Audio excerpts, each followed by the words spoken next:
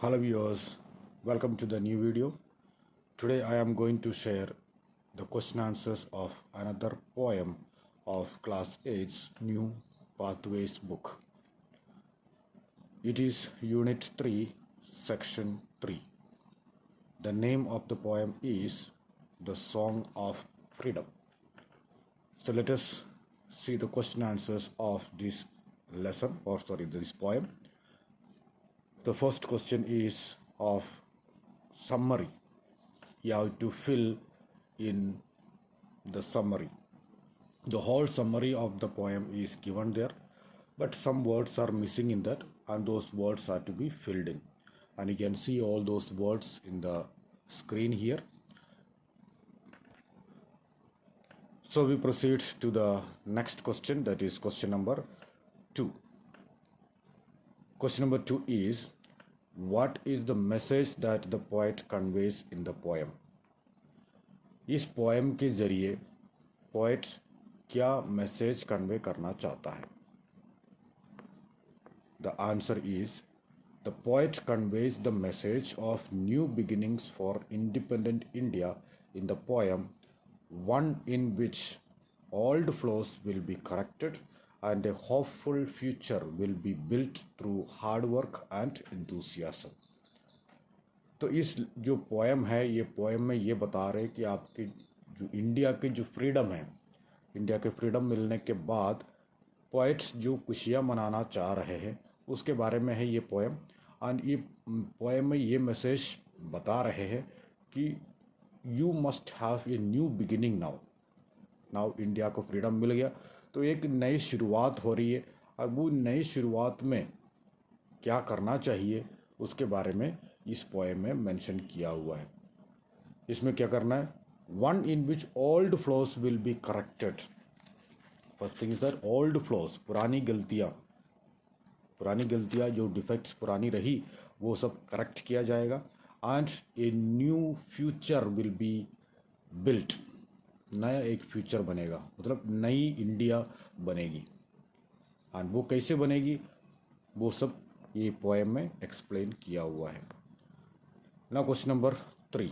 How does the poet want to celebrate freedom? जो freedom मिली है वो फ्रीडम को कैसे सेलिब्रेट करना चाहते हैं poet? Answer is, the poet wants to celebrate freedom through song and dance, joyfully declaring this freedom to other nations and by doing the hard worthy labor of building a new India. First thing is that the poet ये जो freedom है वो freedom को dance करते हुए, गाना गाते हुए सेलिब्रेट करना चाहता है. एंड सेकेंडली वो ये चाह रहा है कि ये डांस करते हुए और गाना गाते हुए जो सेलिब्रेशन आप करेंगे वो सारे सेलिब्रेशन जो है दूसरी कंट्रीज़ को दिखाई भी देना चाहिए और सारे जो नेशन है, अदर कंट्रीज़ जो है सबको पता चलना चाहिए कि अभी इंडिया को फ्रीडम मिल गई है. And also after this hard work भी करना है. जो इंडियंस है सब इंडियंस को हार्ड वर्क करना है ताकि इंडिया बहुत प्रोग्रेस कर पाए, दूसरे नेशन के सामने बहुत अच्छा कर पाए. उसके लिए एक मॉडल बनना चाहिए इंडिया. एंड सो इसके लिए मेहनत भी करना चाहिए. उसके बारे में पोएट बता रहे हैं. Now question number 4. The poet envisages India's freedom from the British rule. What does freedom mean to the poet? How does he want to celebrate it? तो पोएट इसमें बता रहे हैं कि जो ब्रिटिश रूल से इंडिया को जो फ्रीडम मिला है उसके बारे में बात कर रहे हैं. एंड उसमें ये भी अभी उसके बाद फ्रीडम मिलने के बाद एक्चुअली पोएट क्या मीन कर रहे हैं, अब करना क्या चाहिए. और पोएट की नज़रिया से जब देखेंगे तो ये जो फ्रीडम है वो फ्रीडम की मीनिंग क्या है और वो कैसे मनाना चाहते हैं उसके बारे में. Fourth question. Answer is, to the poet freedom means regaining national self respect and opportunity to build the nation of fresh and making it so strong that it can never be enslaved again. First thing, poet क्या चाह रहे हैं? Poet कह रहे हैं ये जो freedom है वो फ्रीडम एक नेशनल सेल्फ रेस्पेक्ट रीगेन करने का एक फ्रीडम है। नेशनल सेल्फ रेस्पेक्ट, ये रेस्पेक्ट जो है वो रेस्पेक्ट वापस आ गए। And it is also an opportunity to build the nation afresh and making it so strong. और ये एक ऐसे अपॉर्चुनिटी, ऐसे एक मौका मिला है जहाँ पर अपने नेशन को बहुत अच्छा बनाए और फ्रेश बिगिनिंग है, एंड देन उसको स्ट्रांग बनाए ताकि आगे दूसरा कोई कंट्री आके दोबारा इंडियंस को स्लेव ना बनाए। दोबारा जैसे ब्रिटिश लोगों ने रूल किया वैसे रूल जो है दोबारा ना आए।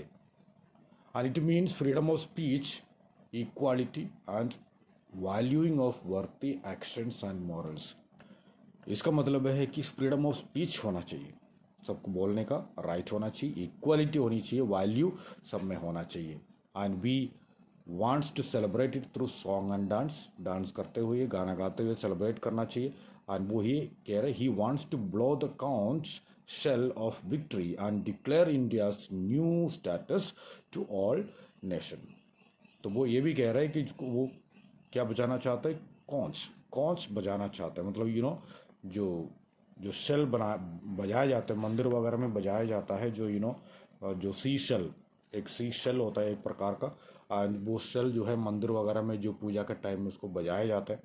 तो वो पोएट ये कह रहे हैं कि ये जो विक्ट्री मनाने के लिए हमें ये जो सी शेल है वो सी शेल को बजा के सबको अवगत कराना चाहिए कि इंडिया को फ्रीडम मिल गई है। Now question number 5, what are the undesirable norms and qualities that the poet wants to fight against? ऐसे कौन से क्वालिटीज़ और कौन से प्रॉब्लम्स है जिसके अगेंस्ट में पोएट फाइट करना चाहते हैं? उसका आंसर है, the poet wants to fight against certain undesirable norms and qualities from India's past. India के पास्ट में जो कुछ ऐसे अनवांटेड प्रैक्टिसेस जो थे वो सारे चीज़ों पर वो लड़ना चाहता है, फाइट अगेंस्ट दम। क्या क्या है? First is caste based discrimination. Caste के बेसिस पर जो डिस्क्रिमिनेशन, जो भेदभाव है वो खत्म करनी चाहिए। Tendency towards passive subservience, subservience meaning is already written in the book, willingness to submit to others. तो एक्चुअली जो लोग हैं, लोगों को एक ऐसे विलिंगनेस अभी होना चाहिए कि वो सबमिट करे अपने आप को, मतलब सब चीज़ों में हाथ बटे। लेकिन जो पुराने टाइम में कैसे था, कभी किसी को कि एक दूसरे की मदद करने के लिए किसी के हाथ बटाने के लिए कोई नहीं जाते थे। वो एक फीलिंग जो है वो लोगों की जो सपोर्ट ना करने की जो फीलिंग है वो सब खत्म होनी चाहिए।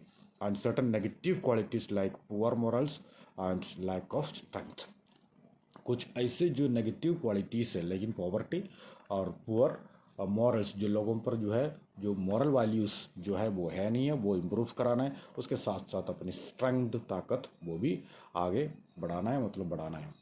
Okay, so that is question number 5 answer. Now question number 6, each line in stanza second begins with the word gone, why has the poet repeated this word? Second stanza में हर लाइन में आप देख सकते हैं, तो इसमें गॉन रिपीट किया है। ये बार बार गॉन रिपीट क्यों किया है? The answer is, the poet repeats this word to emphasise that all this lies in India's past. तो वो ये स्पेसिफाई करना चाहते हैं कि जो भी अभी बातें हैं वो सब पुरानी बात हो गई है, जो भी है, जो भी चल रहा था वो सब पुरानी बात हो गई है, सब भूल जा, पुरानी बातें सब भूल जा, सब वो सब खत्म हो चुका है। और उसके बारे में वो सब हो गया, उसके बारे में एम्फसाइज करने के लिए वो पोएट वो जो वर्ड है वो वर्ड को रिपीट कर रहे हैं बार बार। Now question number 7, do you think the vision of India that the poet imagined has been achieved? Give your reasons to your answer. क्या आपको लगता है कि इंडिया के जो विजन, पोएट के मन में जो विजन था वो विजन पूरी हो गई है? जैसे पोएट सोच रहे थे वैसे एक इंडिया, मतलब अभी इतने साल होने के बाद बन पाया या नहीं? तो उसका आंसर है, I think India has tried to move in the direction of the poet's vision. मुझे ऐसा लग रहा है कि पोएट ऐसे एक डायरेक्शन में ही, जैसे पोएट कह रहे थे उसी डायरेक्शन में ही इंडिया का जो प्रोग्रेस आगे बढ़ते गए। But this vision has not yet been realised, लेकिन पूरी तरीके से तो वो रियलाइज नहीं हो पाया। It is a work in progress, work in progress, चल रहा है, धीरे धीरे इम्प्रूव होते जा रहे, because democracy and nation building is hard challenging work. और ये डेमोक्रेसी और नेशन बिल्डिंग के उतना आसान काम नहीं है, वो बहुत चैलेंजिंग, बहुत सारे चैलेंजेस के सामना करना पड़ता है। एंड इस वजह से वो थोड़ा इतना जल्दी तो नहीं हो पाते। And so we continue to struggle with inequality, caste based discrimination. लेकिन जो पॉइंट जो कह रहे थे इनइक्वालिटी ख़त्म होना चाहिए, लेकिन वो इनइक्वालिटी अभी भी ख़त्म नहीं हुआ, अभी भी चल रहा है। कास्ट बेस्ड डिस्क्रिमिनेशन जो था वो भी ख़त्म होना चाह रहा था पॉइंट, लेकिन वो भी अभी भी चल रहा है। And we do not honour workers and farmers, और वर्कर्स और फार्मर्स को ऑनर करने के लिए पॉइंट कह रहे थे, लेकिन वो अभी भी वर्कर्स को मतलब अभी भी कोई प्रोग्रेस नहीं है, फार्मर्स को रिस्पेक्ट नहीं कर रहे, वर्कर्स कुछ किसी किसी जगह पर हो रहा है, किसी किसी जगह पर नहीं हो रहा है। And much work lies ahead of us, बहुत काम रह गया है और बहुत करने को रह गया आगे। एंड वो करते रहेंगे, करते जाएंगे, तब इंडिया एक प्रोग्रेस्ड कंट्री बन जाएंगे। So now question number 8, patriotism is a feeling of attachment and commitment to a country. When do you feel the most patriotic, why? तो पेट्रियोटिज्म के बारे में आपको ऑलरेडी पता है कि जो अपनी जो देश जो है, देश के प्रति जो अपनी भक्ति है, अपना लगाव जो है, अपना प्यार जो है, दैट इज द पेट्रियोटिज्म। वो पेट्रियोटिज्म आपको कब महसूस हुआ है? I feel the most, the answer is the I feel the most patriotic when I see any Indian making a sincere effort to improve our country. मुझे ऐसे लगता है कि जब कोई इंडियन सिंसियर एफर्ट्स डाल के अपने कंट्री को प्रोग्रेस करने की कोशिश करे तो मुझे बहुत अच्छा लगता है। ठीक है, and this could be a simple thing like picking up litre from the street. कुछ भी छोटी मोटी चीज़ें हो सकती है, ये नहीं है कि बहुत बड़ा काम करके अपने कंट्री का नाम रोशन करना, नहीं, छोटी मोटे काम भी हो सकता है। जब just picking A litre from the street, street में जो गंदगी फैला रखा है उसको सब, या डस्टबिन में जो डालना चाहिए वो डस्टबिन में नहीं डाल रहे, तो आप इसको पिकअप करके डस्टबिन में डाल रहे, ये भी एक बहुत अच्छा काम है। और standing up for the rights of those fellow Indians who cannot fight for themselves. तो ऐसे लोगों के साथ खड़े रहना जो अपने आप के लिए लड़ नहीं पाते, दूसरों के साथ खड़े होकर लड़ नहीं पाते, अपने राइट्स के लिए लड़ नहीं पा रहे, उनके साथ रहे और उनको सपोर्ट करे और उनके लिए काम करे, तब हमें अच्छा लगता है। Okay, so now these are the question answers. Now next there is question number 9 also is there, and but question number 9 is of a poem of free verse। ये फ्री वर्स पोएम आपको लिखना है। तो free verse poem, of course you know that the description is already given in the book, and so this poem has to be written by yourself. So try to make a poem by yourself. You may also add rhyming words and so on, no problem, but at least of 8 lines a poem you can make by yourself. Okay, thank you very much for watching the video.